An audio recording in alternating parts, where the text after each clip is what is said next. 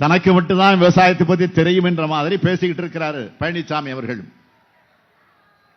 3 வேளாண் சட்டங்களை ஆதரிச்சு விவசாயிங்க வாழ்க்கையில மண்ணள்ளி போட்ட விவசாயி ஆச்சா நீங்க? விவசாயின்னு சொல்ல முடியுமா உங்களால்?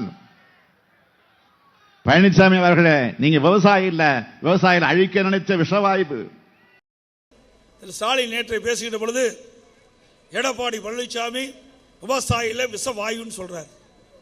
திரு ஸ்டாலின் அவர்களே, அந்த பட்டம் உங்களுக்கு தான் பொருத்தம். என்னவென்றால், டெல்டா மாவட்டத்தில் மீத்தேன் வாயு எடுப்பதற்கு புரிந்துணர்வு ஒப்பந்தம் போட்ட அமைச்சர் நீங்க. புரிந்துணர்வு ஒப்பந்தம் போட்ட அமைச்சர் திரு ஸ்டாலின் இருக்கும்போது புரிந்துணர்வு ஒப்பந்தம் போட்டீங்க.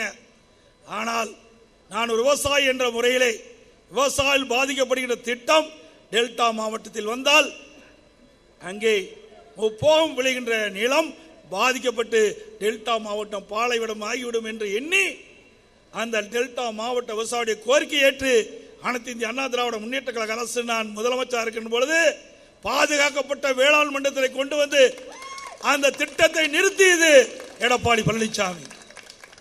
விஷவாயுவை கொண்டு வந்தது ஸ்டாலின், விஷவாயுவை தடுத்து நிறுத்தியது எடப்பாடி பழனிசாமி.